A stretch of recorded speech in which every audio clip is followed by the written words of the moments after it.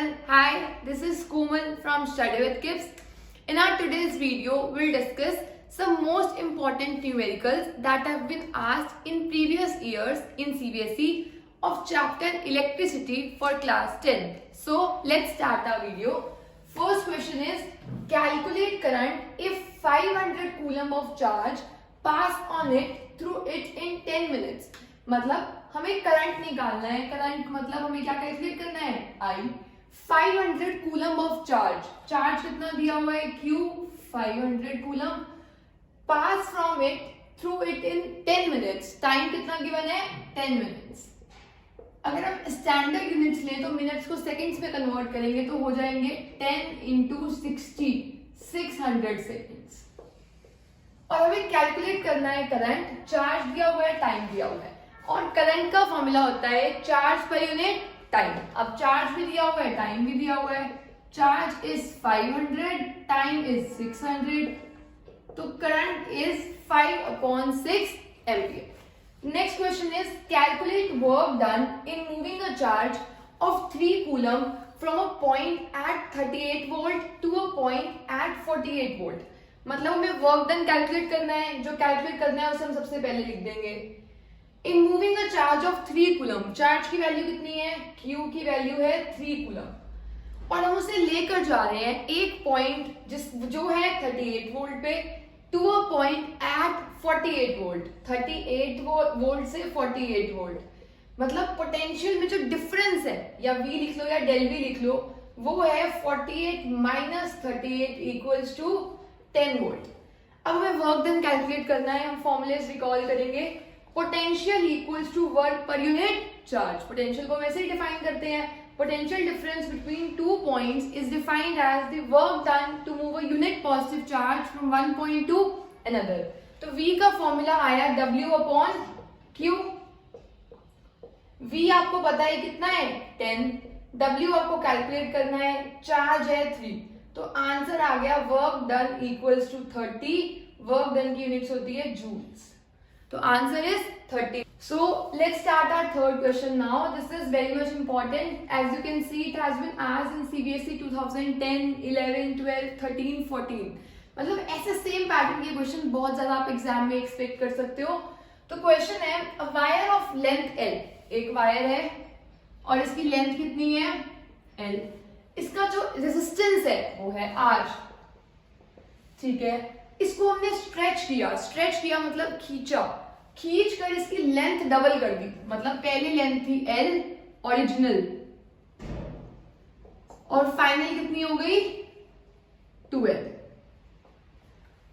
How will its resistance and resistivity change? तो अगर हम रेजिस्टेंस का फॉर्मूला देखें तो रेजिस्टेंस पहले रहा होगा ρL/A. रेजिस्टेंस का फॉर्मूला क्या होता है? ρL/A, where rho is the resistivity, L is length and A is area. ठीक है, तो ρL/A ये थी ओरिजिनल रेजिस्टेंस.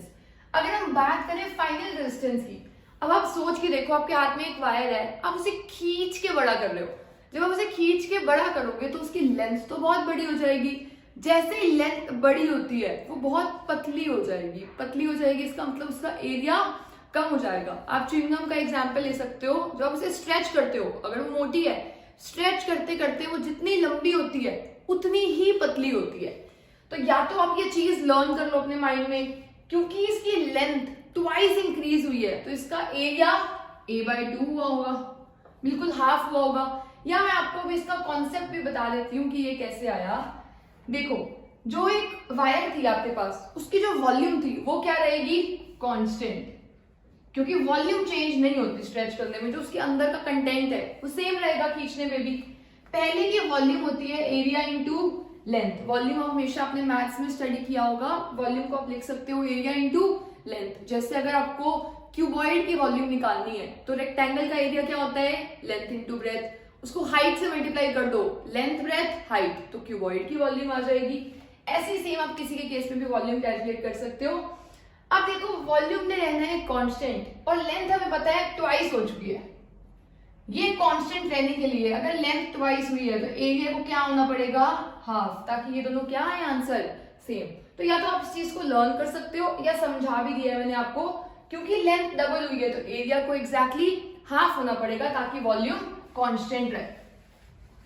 तो आपको ये समझ आ गया कि एरिया क्या हुआ है, a/2। अब जो नई रेजिस्टेंस है वो होगी रो L dash upon A dash. अब पुट कर लेते हैं, रो L डैश कितना है 2L, एरिया कितना है A/2, तो ये आएगा rho 2L upon A into 2, rho 4L upon A। अब अगर इसे ध्यान से देखो तो रो 4L अपॉन A, जो नई रेजिस्टेंस आई है वो 4 times rho L upon A आई है, और रो L अपॉन A आपकी क्या थी, ओरिजिनल रेजिस्टेंस। तो R डैश की वैल्यू आ गई 4 इंटू R। इसका मतलब जो रेजिस्टेंस है वो ओरिजिनल रेजिस्टेंस के कितने टाइम्स इंक्रीज हो चुकी है, 4 टाइम्स। अब आप इसे ऐसे भी सोच सकते हो, आप इसे लर्न कर लो इस ट्रिक को। अगर लेंथ को डबल करते हैं तो रेजिस्टेंस 4 टाइम्स होती है, लेंथ को ट्रिपल करेंगे तो रेजिस्टेंस 9 टाइम्स इंक्रीज हो जाएगी, लेंथ को 4 टाइम्स कर देंगे तो ये 16 टाइम्स हो जाएगी, मतलब एग्जैक्टली स्क्वायर होता है। तो first part we are done with. Next part is how will resistivity change. अब रेजिस्टिविटी क्या होती है आपको हमेशा लर्न करके रखना है। Resistivity is a property of the material, it depends on the nature of material as well as temperature. ना ही नेचर चेंज हुआ है, वायर का नेचर सेम है, ना ही टेम्परेचर चेंज हम मान रहे हैं, तो रेजिस्टिविटी लेंथ और एरिया को चेंज करने से कभी भी चेंज नहीं होती। तो आपको इंपॉर्टेंट क्वेश्चन लर्न करके रखना है, resistivity does not change, it does not depend on length और एरिया। इसके साथ एक और इंपॉर्टेंट क्वेश्चन आ सकता है, what is the unit of resistivity. Resistivity की आपको यूनिट लर्न करके रखनी है, इट इज ओम मीटर।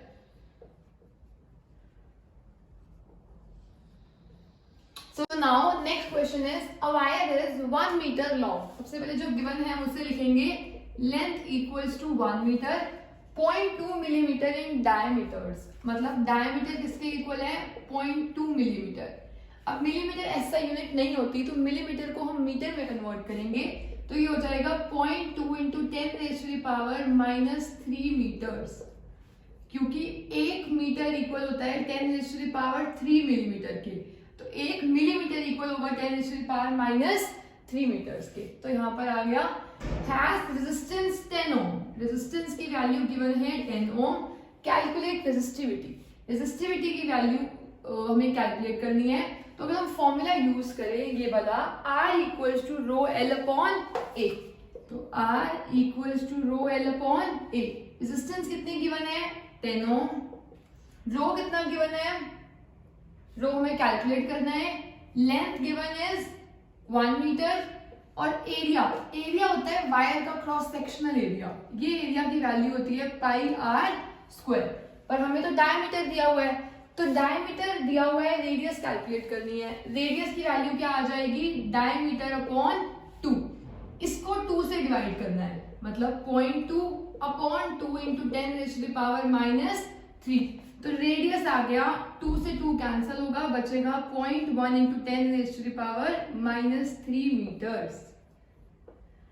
हमें कैलकुलेट करना है एरिया, एरिया होगा πr², पाई की वैल्यू 3.14, r का स्क्वायर 0.1 इंटू 10⁻³ का स्क्वायर, तो वैल्यू आएगी 10 equals to rho upon 3.14 into 0.1, 0.1 का मतलब होता है 10⁻⁻⁻1, तो मैं लिख लेती हूँ यहाँ पर 10⁻⁻⁻1 इंटू 10⁻³ का स्क्वायर। अब आप देखो -1 और -3 ऐड हो जाएंगे तो क्या आ जाएगा -4, -4 का स्क्वायर -8, तो रेजिस्टिविटी की वैल्यू आई 3.14 इंटू 10⁻⁻8, इधर से है ये 1 है 10⁻, तो -8 + 1 -7, और यूनिट होती है ohm metres. So the correct answer is 3.14 into 10⁻⁻7 ohms metre. अगर एग्जाम में ऐसा कोई क्वेश्चन आता है तो आपको पूरा सॉल्व करना होगा, या फिर आप अप्रोक्सीमेट आंसर निकाल सकते हो एंड तक, वो भी करेक्ट होगा। नेक्स्ट क्वेश्चन बहुत इंपॉर्टेंट है, ये क्वेश्चन बहुत सारे ईयर्स में आया है, CBSE 2016, 15 इन सब ईयर्स में क्वेश्चन आया हुआ है। ये क्वेश्चन है अ वायर ऑफ रेजिस्टेंस 20 ओम, एक वायर है जिसकी रेजिस्टेंस कितनी है 20 ओम, उसे हमने बेंड किया है in the form of a square. ये देखो ये होता है एक स्क्वायर, ठीक है। Calculate net resistance along it's diagonals. Diagonals होते हैं ये ऑपोजिट वाले, तो या तो ये डायगोनल है या ये डायगोनल है, किसी भी एक डायगोनल के अलोंग हमें नेट रेजिस्टेंस निकालनी है। तो एक एक बात को देखते हैं। पहले बोला है इस पूरी वायर का रेजिस्टेंस 20 ओम है, ठीक है। अगर 20 ओम से स्क्वायर बना है तो स्क्वायर की कितनी साइड्स है? 4 साइड्स। अगर रेजिस्टेंस डायरेक्टली प्रोपोर्शनल होता है लेंथ के, तो अगर इस पूरी लेंथ ऑफ वायर का रेजिस्टेंस 20 था, इसका क्या रहा होगा? 5 ओम, इसका भी 5 ओम, 5 ओम, 5 ओम। देखो 5 + 5 + 5 + 5 20 ओम हो गया। तो पहला पार्ट तो हमारा क्लियर है। अब हमें कैलकुलेट करना है इस डायगोनल के अलोंग नेट रेजिस्टेंस। तो अगर हम देखें, देखो सबसे पहली बात आपको ये क्लियर करनी है कि एक रेजिस्टेंस को हम, कुछ रेजिस्टेंस को हम लगा सकते हैं सीरीज में। सीरीज का मतलब होता है एक लाइन में लगाना, सीधी लाइन में, तो फॉर्मूला यूज होगा ये वाला। पैरेलल का मतलब होता है जैसे पैरेलल लाइंस होती हैं, ये पहली पैरेलल लाइन है, ये दूसरी पैरेलल लाइन है, ये तीसरी पैरेलल लाइन है। ये हो गया पैरेलल और ये हो गया सीरीज। सीरीज के लिए आपको ये फॉर्मूला यूज करना है, पैरेलल के लिए आपको ये फॉर्मूला यूज करना है। अब आप ध्यान से देखो, ये और ये, क्या आपको ये एक लाइन नहीं लग रही है? अब इस वायर को मैं ऐसे मोड़ भी दूं तो ये एक लाइन तो रहेगी। तो ये दोनों किसमें है? सीरीज में। ये दोनों भी किसमें है? सीरीज में। तो जो जो सीरीज में है उसका नेट इक्विवेलेंट निकाल लेते हैं। सीरीज में नेट इक्विवेलेंट कैसे निकलता है? दोनों को ऐड करके। ये है 5, ये है 5, यहां ऐसे लाइन लगा दी है, और 5 और 5 का आंसर कितना है? 10 ओम। इस 5 और 5 का आंसर कितना है? 10 ओम। अब बताओ आपको ये दोनों कैसे लग रहे हैं? क्या ये दोनों आपको पैरेलल नहीं लग रहे? पैरेलल है तो आंसर कैसे आएगा? 1/Rp = 1/10 + 1/10 2/10। तो Rp की वैल्यू आ गई 5 ओम्स। तो हमारा फर्स्ट पार्ट क्लियर हो गया। अक्रॉस इट्स डायगोनल्स कैसे कैलकुलेट करेंगे? डायगोनल्स निकालना है। 20 था, 5 5 5 5 हो गया। दोनों सीरीज में है तो 10 हो गया, दोनों सीरीज में है तो 10 हो गया, दोनों पैरेलल में है, पैरेलल में तो आंसर क्या हो गया? 1/10 + 1/10, आंसर आ गया 5। अब इसे अपनी नोटबुक में नोट डाउन कर सकते हो। अब हम नेक्स्ट क्वेश्चन को देखें। अगर 2 एडजेसेंट कॉर्नर्स, 2 एडजेसेंट कॉर्नर्स में कितना होगा? मैं इसे अभी रेज कर रही हूँ फॉर द टाइम बीइंग, आप स्क्रीनशॉट ले सकते हो। देखो ये वैल्यू अभी भी 5 है, ये वैल्यू अभी भी 5 है। हमें अब किसके अराउंड निकालना है? Adjacent corners. एडजेसेंट का मतलब होता है पड़ोसी। तो एक कॉर्नर ये है, एक कॉर्नर ये है, इसका एडजेसेंट ये होगा, इसका एडजेसेंट ये होगा, इसका एडजेसेंट ये होगा, इसका एडजेसेंट ये होगा। तो आप किसी भी 2 एडजेसेंट के अलाउंग निकाल सकते हो। मतलब हमें इस दोनों के अलाउंग निकालना है। इसकी वैल्यू है 5 ओम, इसकी वैल्यू भी 5 ओम, 5 ओम। ठीक है, यहां तक आपको क्लियर हो गया होगा। अब देखो क्या आपको ये तीनों एक लाइन नहीं लग रही है? ये तीनों सीरीज नहीं है, क्योंकि कोई पे भी डिवीजन नहीं है। तो ये तीनों किसमें है? सीरीज में। सीरीज में नेट आंसर कैसे आता है? ऐड करके। 5 + 5 + 5 आंसर आया। इस लाइन को ऐसे ड्रॉ करेंगे। 5 + 5 + 5 कितना हो गया? 15 ओम, और नीचे कितना है? 5 ओम। अब आपको ये दोनों किसमें दिख रहे हैं? पैरेलल में। और पैरेलल का आंसर क्या होगा? 1/R = 1/15 + 1/5। एलसीएम आ गया 15, 1 + 3 4/15। अब ध्यान देने की बात ये है कि ये 1/R है, तो R की वैल्यू कितनी हो जाएगी? 15/4 ओम। था ना बिल्कुल सिंपल सा क्वेश्चन। ये देखने में बहुत डिफिकल्ट लगता है और खुद क्लिक करना थोड़ा सा डिफिकल्ट हो जाता है, पर अगर आप इसकी प्रैक्टिस करते हो तो आपको एग्जाम में ये बहुत ईजी लगेगा। ऐसे में एक और क्वेश्चन भी आता है जिसे मैं एक्स्ट्रा क्वेश्चन में बोल सकती हूँ। देखो जैसे इसमें हमने स्क्वायर में किया, अगर वो बोलता 20 ओम को सर्कल में बेंड कर दो तो सर्कल में कर देते, ये बन गया सर्कल। अब अगर वो बोले डायमीटर के अक्रॉस निकालो, डायमीटर यही तो होता है, इसके अक्रॉस निकालना है। अब देखो इस पूरी वायर का डिस्टेंस कितना है? 20, तो हाफ का कितना हो जाएगा? 10 ओम। इस हाफ का भी कितना हो जाएगा? 10 ओम। अब ये दोनों क्या आपको पैरेलल में नहीं लग रहे? ये पैरेलल लाइन से तो है, और पैरेलल का आंसर कैसे कैलकुलेट होगा? 1/10 + 1/10 = 1/R, 2/10 = 1/R, R = 5 ओम। ये क्वेश्चन मैंने बोर्ड पर नहीं लिखा था, ये बस मैंने आपको एक्स्ट्राज में बता दिया क्योंकि ये सिमिलर पैटर्न पे बेस्ड था, अदरवाइज ये टॉपिक यहाँ पर कंप्लीट है। Of resistance R connected in series, मतलब n रेजिस्टर्स हैं, बहुत सारे रेजिस्टर्स, उनको हमने कनेक्ट किया है सीरीज में, and then they are connected in parallel, सबकी रेजिस्टेंस R है और इनको बाद में हमने कनेक्ट किया है पैरेलल में। ऐसे बहुत सारे हैं, ऐसे बहुत सारे हैं जिनको हमने पैरेलल में कनेक्ट किया है। Find the ratio of equivalent resistance, मतलब इसमें जो आएगी रेजिस्टेंस और इसमें जो आएगी उन दोनों की रेशियो कैलकुलेट करनी है। अगर हम सीरीज वाले की बात करें तो पहले में सीरीज में सबको क्या करते हैं, सिंपली ऐड, तो ऐड कर दो R plus R plus R plus R, और कितने टाइम्स ऐड करना है, n टाइम्स, तो ये हो जाएगा NR। जैसे अगर मान लो 2 ओम 1 ओम के रेजिस्टर्स है, एक है 1 तो 1, 2 होंगे तो 2, 3 होंगे तो 1 प्लस 1 प्लस 1 3, 4 होंगे तो 4, 5 होंगे तो 1 प्लस 1 प्लस 1 5। तो बेसिकली आप कर क्या रहे हो, जो रेजिस्टेंस की वैल्यू है उसको मल्टीप्लाई कर रहे हो कितने टाइम्स है। तो अगर आप R रेजिस्टेंस को n टाइम्स ऐड करोगे तो वो क्या बन जाएगा, n इंटू R। आप किसी को भी ऐड कर सकते हो, कंसीडर करो 2 ओम वाले रेजिस्टर्स है, तो 2 2 2, आंसर क्या आएगा, 2 प्लस 2 प्लस 2 6। या फिर आप ऐसे भी कैलकुलेट कर सकते हो, कितने ओम का एक रेजिस्टर है, 2 का, कितने टाइम्स है, 3 टाइम्स, उसे तो हमने किया है NR। यहाँ पर ये R है और ये N है, नंबर कितने हैं, 3, तो RN या फिर NR। तो आई होप आपको यहाँ तक क्लियर होगा। अगर हम पैरेलल की बात करें तो 1/RP इक्वल होता है 1 plus R plus 1 plus R plus 1 plus R, और ये चलता रहेगा n टाइम्स।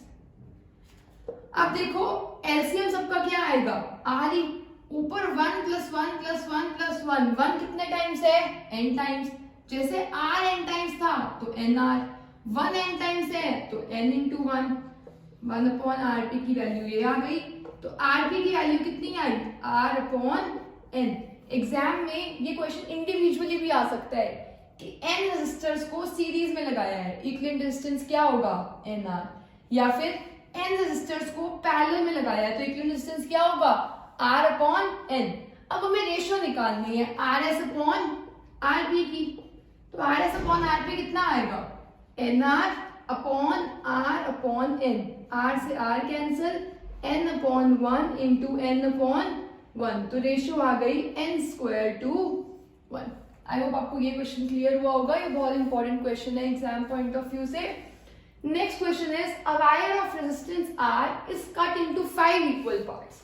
ये है एक वायर जिसका रेजिस्टेंस कितना है, R, इसको 5 पार्ट्स में कट किया है। ये हो गया first part, second part, third part, 1 2 3 4 5 parts में कट किया है।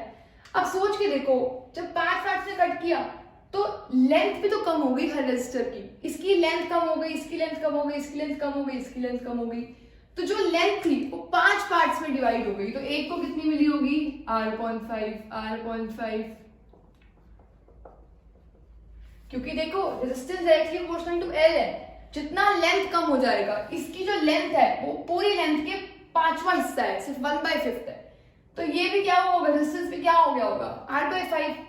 अब क्वेश्चन में उसने कहा है these parts are then connected in parallel, R/5, इसको पैरेलल में लगाया R/5, फिर पैरेलल में लगाया R/5, फिर पैरेलल में R/5, और एक और था। अब ये पांचों किसमें लगे हैं, पैरेलल में।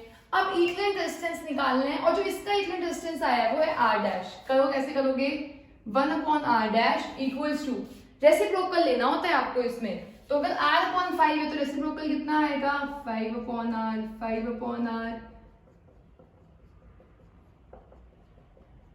तो 1/R' की वैल्यू आ गई 5 plus 5 plus 5 plus 5 plus 5, 25/R। हमें रेशियो निकालनी थी R/R', तो R' लगाएगा, R/R' की रेशियो आ गई 25:1। So this is the correct and final answer.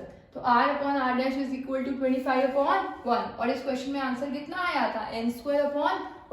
इस क्वेश्चन में आप लर्न कर सकते हो, अगर 4 पार्ट्स में कट होता तो आंसर 16:1 आता, 3 में कट होता तो 9:1 आता। अब ऐसे क्वेश्चंस में आंसर लर्न कर सकते हो अगर ये एमसीक्यूज में आते हैं तो। अदरवाइज आपको सॉल्व करने की टेक्निक पता होनी चाहिए, क्योंकि ये क्वेश्चन 2 या 3 मार्क्स के लिए भी आ सकता है। Now next question is find total current. इस सर्किट में हमें टोटल करंट कैलकुलेट करना है एंड कैलकुलेट करना है करंट इन ईच रेजिस्टर, मतलब इसमें करंट कितना है, इसमें कितना है और इसमें कितना है। सबसे पहले हम अपनी बैटरी ले रहे हैं 12 वोल्ट की, और 12 वोल्ट से हम सोच रहे हैं आई करंट जा रहा है। अब आई करंट जा रहा है तो कुछ यहाँ जा रहा होगा I1, कुछ यहाँ जा रहा होगा I2 और कुछ यहाँ जा रहा होगा I3। और आपको इतना क्लियर है कि यहाँ से जितना भी करंट आ रहा है उतना ही इनमें डिवाइड हो रहा होगा, मतलब इन तीनों का सम जो I है वो इक्वल होगा I1 plus I2 plus I3 के। इन क्वेश्चंस की अच्छी बात यही है कि आप इन क्वेश्चंस को एग्जाम में चेक कर सकते हो, वेरीफाई कर सकते हो कि आपने ठीक किया है या फिर नहीं किया। तो अगर हम इस क्वेश्चन को देखें तो I की वैल्यू आई है I1 plus I2 plus I3। अब हम देखते हैं हमें टोटल करंट निकालना है, मतलब I निकालना है। तो देखो ओम्स लॉ से हमें पता है V equals to I R। अगर टोटल वोल्टेज लेंगे सर्किट की तो टोटल करंट लेंगे और टोटल ही रेजिस्टेंस लेंगे। अब देखो टोटल वोल्टेज सर्किट की कितनी है, 12 वोल्ट। ये तीनों पैरेलल में है, तीनों की लाइंस पैरेलल दिख रही है आपको, तो ठीक है। पैरेलल में नेट रेजिस्टेंस क्या होगा, 1/RP equals to 1/5 plus 1/10 plus 1/30। LCM आया 36 प्लस 3 प्लस 1, तो 1/RP की वैल्यू आ गई 10/30। तो RP की वैल्यू कितनी आ गई, 3 ओम। अब इससे आपको एक पॉइंट क्लियर होना चाहिए, जब आप पैरेलल में रेजिस्टर्स को लगाते हो 5, 10 और 30, तो जो आपका आंसर आता है वो जो सबसे छोटी वैल्यू होती है उससे भी छोटा आता है। तो अगर आपने तीनों को पैरेलल में लगाया तो अगर आपका आंसर 5 से बड़ा आया तो आपने गलत किया है। आपका आंसर हमेशा 5 से क्या आना चाहिए, कम। तो एक चीज आपने चेक कर ली, वो चीज आपकी ठीक है, ठीक है। अब इस टोटल सर्किट की रेजिस्टेंस अभी हमने कितनी निकाली है, 3 ओम। मतलब इन तीनों को हटाकर हम एक रेजिस्टर लगा सकते हैं, कितने ओम का, 3 ओम का। ये बैटरी है 12 वोल्ट की, तो V इक्वल होगा IR के, V है 12, रेजिस्टेंस है 3, तो करंट कितना आ गया, 4 एम्पियर।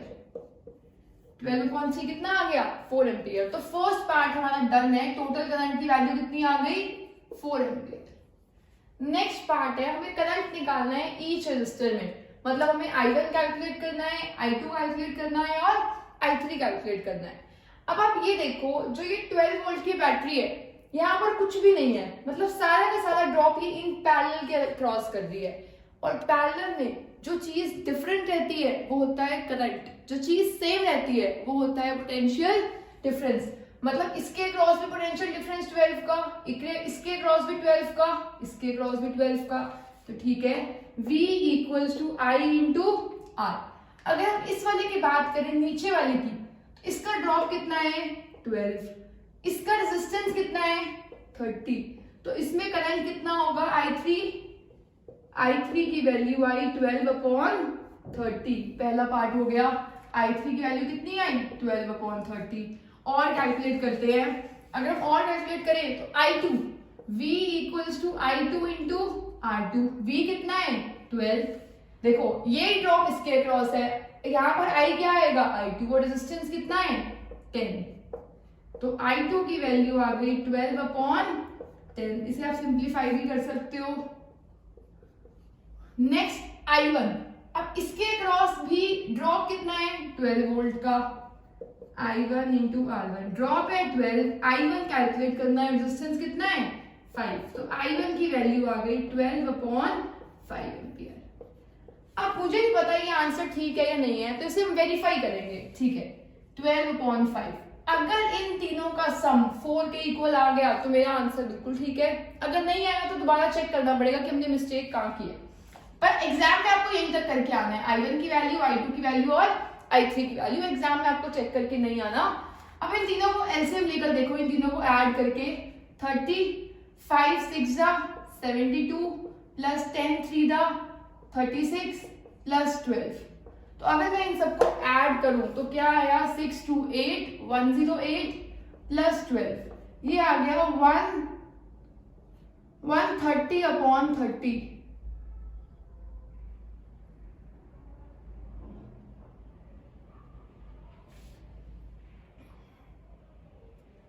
ये आ गया 120 अपॉन 30।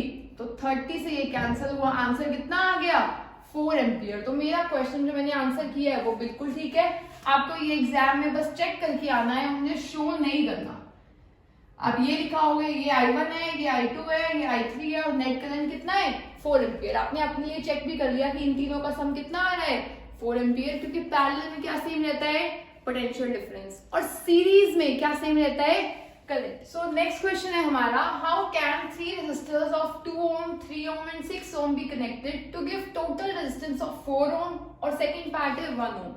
अगर आप सेकंड पार्ट को देखो 236 से भी कम रेजिस्टेंस आ रहा है। अभी मैंने आपको बताया था तीनों को अगर हम पैरेलल में लगाते हैं तो नेट रेजिस्टेंस जो सबसे छोटा है उससे भी छोटा आता है। मतलब आप ट्राई कर सकते हो हिट एंड ट्रायल मेथड से, इसको 2, 3 और 6 को पैरेलल में लगाकर, पैरेलल में लगाओ तो 1/r की वैल्यू कितनी आएगी 1/2 प्लस 1/3 प्लस 1/6, एलसीएम आ गया 12, 6 प्लस 4 प्लस 2 12/12। तो रेजिस्टेंस की वैल्यू कितनी आ गई 1 ओम। यही तो आपको चाहिए था। तो आपका सेकंड पार्ट तो क्लियर हो गया, ये इजी क्वेश्चन था। अगर हम फर्स्ट पार्ट की बात करें तो फर्स्ट पार्ट में आपको रेजिस्टेंस जो चाहिए वो चाहिए 4 ओम। अब अगर इन सबसे ज्यादा चाहिए होता तो सीरीज में लगा देते, इन सबसे कम चाहिए तो पैरेलल में लगा दिया, पर ये तो कोई बीच की वैल्यू है। जब कोई वैल्यू इनके बीच में लाई करती है तो आपको पूरा कैलकुलेट करके देखना पड़ता है कि आप क्या कॉम्बिनेशन कर सकते हो जिससे आंसर निकले। ठीक है, 3 रेजिस्टर्स है, 3 रेजिस्टर्स का कॉम्बिनेशन क्या हो सकता है, एक सीरीज में हो, 2 पैरेलल में हो, या फिर ये कॉम्बिनेशन हो सकता है 2 सीरीज में हो और उनके साथ एक पैरेलल में हो। तो अब आपको इसमें ना सारे ट्राई करके देखने पड़ते हैं, और जब ट्राई में आपका कैलकुलेट हो जाता है सही आंसर, वही आंसर ठीक होता है। तो हम कुछ भी ट्राई कर सकते हैं। अगर हम इसको ट्राई करें, इसको ले 2, 3 और 6, हमें आंसर चाहिए 4। 2 और 3 सीरीज में तो आएगा 5, 5 और 6 पैरेलल में है तो हमें 4 चाहिए। ट्राई कर सकते हैं, 30 एलसीएम आया 6 प्लस 5 11/30, रेसिप्रोकल कर देंगे 30/11, ये तो कट हो गया, इससे तो हमारा कैलकुलेट हो गई। तो इस ऑप्शन को हमने कट कर दिया। ऐसे में आप चेंज करके देख सकते हो, यहाँ पर 3 करके, यहाँ पर 6 कर सकते हो और यहाँ पर 2 कर सकते हो।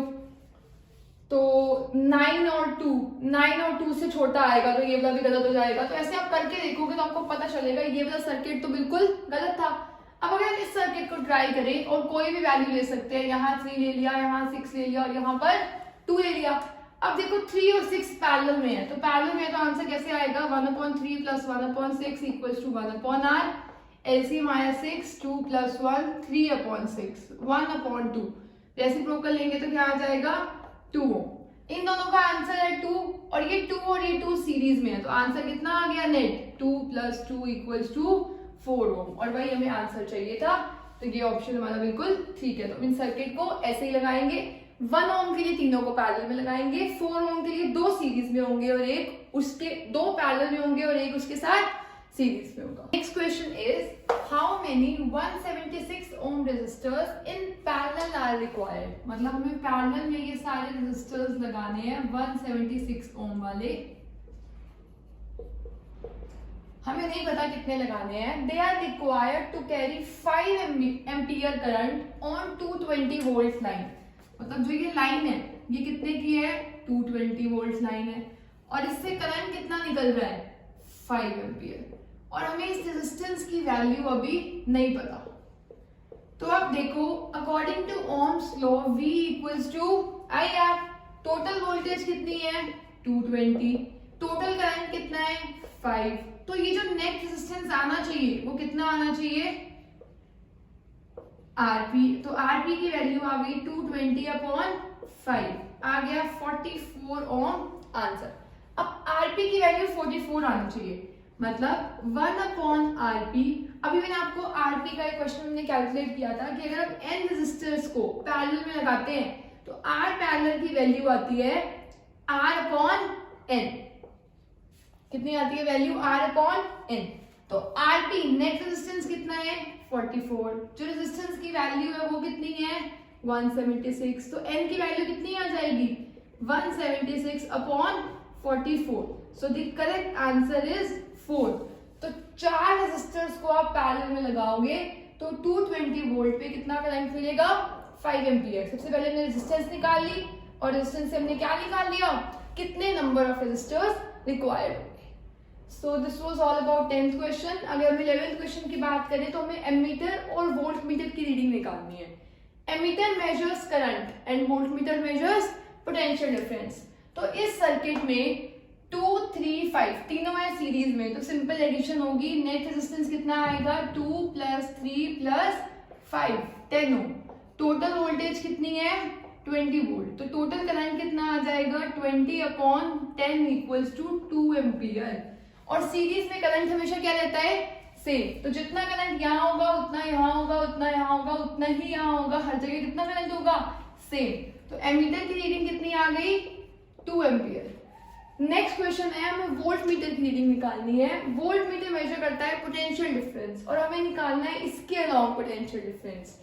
तो पोटेंशियल डिफरेंस होगा I × R।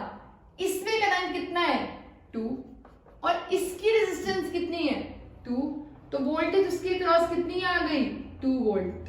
तो वोल्ट मीटर कितनी रीडिंग देगा 2 वोल्ट और एमीटर कितनी रीडिंग देगा 2 ampere. Next question is a bulb is rated 220 volt 100 watt, what is the unit of power। तो हम ये वाले फॉर्मूलाज यूज करेंगे। जो वोल्ट है वो गिवन है 220 वोल्ट और जो पावर गिवन है वो है 100 वोल्ट। अब उसने कहा है जब हम इसे ऑपरेट करते हैं 110 वोल्ट पे तब हमें पावर कैलकुलेट करनी है, ठीक है। तो पावर का फॉर्मूला क्या होता है I² R या V² अपॉन R। हमें V दिया हुआ है पावर दी हुई है तो हम फॉर्मूला कौन सा यूज कर लेंगे power = V² upon R। Power कितने गिवन है 100, V कितना गिवन है 220, तो 220² अपॉन R, जिससे हमारा R की वैल्यू आ गई 220² अपॉन 100, ठीक है। R कैलकुलेट करने के बाद अगर हम इसी रेजिस्टेंस को यहाँ पुट कर दे तो V पता है R पता है, फिर से क्या आ जाएगी पावर। तो कर लेते हैं P = V² upon R। Power calculate करनी है और V अब कितना है 110 का स्क्वायर अपॉन R है 220 का स्क्वायर इंटू 100, तो ये तो स्क्वायर में ही आ गया। स्क्वायर 110 को हम ऐसे लिख सकते हैं और ये पूरा स्क्वायर आ गया इंटू 100, ये आया 2, तो इसे हम कट कर सकते हैं 1/4 इंटू 100, तो आंसर आ गया 25 वॉट। आंसर कितना आ गया 25 वॉट। अब इस क्वेश्चन में जो नॉर्मल मिस्टेक मैंने देखी है, जैसे फॉर्मूले बहुत सारे हैं पावर के, तो कुछ स्टूडेंट्स यूज करते हैं पावर का फॉर्मूला पावर = VI, तो हम कर लेते हैं पावर को जब VI के इक्वल पुट करोगे तो क्या आएगा, यहाँ पर हम कर लेते हैं पावर = VI, ठीक है। तो पावर कितनी है 100, V कितना है 220, I कैलकुलेट कर लिया, I आ गया 100/220। अब यहाँ पर यही पुट कर देंगे पावर = 110, V 110 है और I कितना है 100/220। तो अब उनका आंसर आता है 50 वॉट। और अब वो कहते हैं इसका मतलब तो ये हुआ अगर हम फॉर्मूला चेंज करेंगे तो हमारी वैल्यू क्या आएगी डिफरेंट। ये तो बिल्कुल गलत कॉन्सेप्ट हो गया कि यहाँ वैल्यू 25 आ रही है, यहाँ वैल्यू कितनी आ रही है 50। और आपने एक चीज नोट नहीं की है कि जब भी वोल्टेज चेंज होती है, अगर आपने 220 वोल्ट पे ऑपरेट किया तो जब रेजिस्टेंस आई और जो रेजिस्टेंस 110 वोल्ट पे आएगी वो रेजिस्टेंस दोनों क्या होंगी सेम। पर अगर आप सेम पे मतलब सेम पावर पे वोल्टेज पे करंट निकालते हो तो जब वोल्टेज चेंज होती है क्या करंट सेम रह पाएगा। अगर वोल्टेज 110 हो गई तो जो इस केस में करंट आया था क्या वही करंट यहाँ पर यूज होगा या करंट भी चेंज हो जाएगा, करंट भी चेंज होगा क्योंकि वोल्टेज 220 से हाफ हुई है 110, तो यहाँ पर भी जो करंट है वो इससे हाफ हो जाएगा, तो यहाँ पर /2 भी करना है आपको। जैसे ही आप /2 करोगे आपका आंसर ठीक आ जाएगा 25 वॉट। और आपको इस कंफ्यूजन में नहीं रहना चाहिए, आप ट्राई कर सकते हो ये वाला चीज अवॉइड करके ये वाला फॉर्मूला यूज करना, क्योंकि रेजिस्टेंस कभी भी वोल्टेज और करंट पे डिपेंड नहीं करती है। रेजिस्टेंस लेंथ और एरिया पे डिपेंड करती है, पर कभी भी वोल्टेज और करंट पे डिपेंड नहीं करेगी। तो आप इसी मेथड से सॉल्व करना और ये वाला मेथड अवॉइड कर देना। Next question is AC rated 400 what. एक एसी है, उसकी पावर कितनी है 400 वॉट, और वो ऑपरेट हो रहा है 8 आवर्स पर डे, मतलब एक दिन में कितनी देर तक ऑपरेट करते हैं 8 आवर्स तक। ठीक है, what is the cost of energy to operate it for 30 days. हमें एक दिन में 8 घंटे ऑपरेट करते हैं, हमें कितने दिन ऑपरेट करनी है 30 डेज। तो कितना टाइम ऑपरेट करना है 8 इंटू 30 240 आवर्स। ठीक है, और हमें कॉस्ट ऑफ एनर्जी निकालनी है। अगर 1 किलोवाट आवर के लिए 3 रुपए पे करते हैं तो कितने किलोवाट आवर होंगे, जितने भी किलोवाट आवर होंगे उसको 3 से मल्टीप्लाई कर देंगे। ठीक है, तो किलोवाट आवर का मतलब हमें एनर्जी निकालनी है, और एनर्जी का फॉर्मूला क्या होता है पावर इनटू टाइम, क्योंकि पावर होता है एनर्जी अपॉन टाइम, तो अपॉन टाइम मल्टीप्लाई हो जाएगा, एनर्जी हो जाएगी पावर इनटू टाइम। पावर कितनी है 400 वॉट, टाइम कितना है 240 आवर्स। अब देखो जो ये आंसर आया आपका है वॉट आवर में, कितना आया 24 इंटू 4 96,000 वॉट आवर। हमें पता है 1 किलोवाट आवर के 3 रुपए हैं, पर हमने यूज किया 1 वॉट आवर, तो वॉट आवर को किलो वॉट में चेंज कर दो तो ये आ गया किलो वॉट आवर। ठीक है, तो 1000 से 1000 कैंसिल, 96 किलो वॉट आवर की हमने एनर्जी यूज किया है। 1 किलोवाट आवर के लिए 3 रुपए भरने हैं, तो 96 किलोवाट आवर के लिए कितने भरोगे, कॉस्ट फॉर 1 किलोवाट आवर कितनी है ₹3, तो 96 के लिए कितना हो जाएगा 3 इंटू 96 से मल्टीप्लाई करोगे तो ये आएगा 288 रुपीज। अब ध्यान से सोच के देखो इस पूरे क्वेश्चन में क्या किया, कॉस्ट निकालनी थी एनर्जी की कि हम इसे 30 दिन तक ऑपरेट करें, और 1 किलोवाट आवर के लिए आप 3 रुपए पे करते हो। तो ठीक है, पहले हमने कहा पावर ये है, कितने टाइम के लिए ऑपरेट कर रहे हैं, एक दिन में 8 घंटे, 30 दिन में 240 आवर्स। टाइम इतना है, पावर इतनी है, एनर्जी निकाली, पर ये तो वॉट आवर में आई ना एनर्जी, हमें चाहिए किलो वॉट आवर में, किलो में निकालने के लिए 1000 से डिवाइड कर दिया। 1 किलोवाट आवर के लिए आप 3 रुपए भर रहे हो, तो 96 के लिए कितने भर दोगे ₹288। So this was all about most important questions and numericals of electricity. Just 2 are left. These 2 are your homework. Solve them and comment down their answers in the comment box. Thanks for watching. I hope you liked the video. Please share it with your friends as well.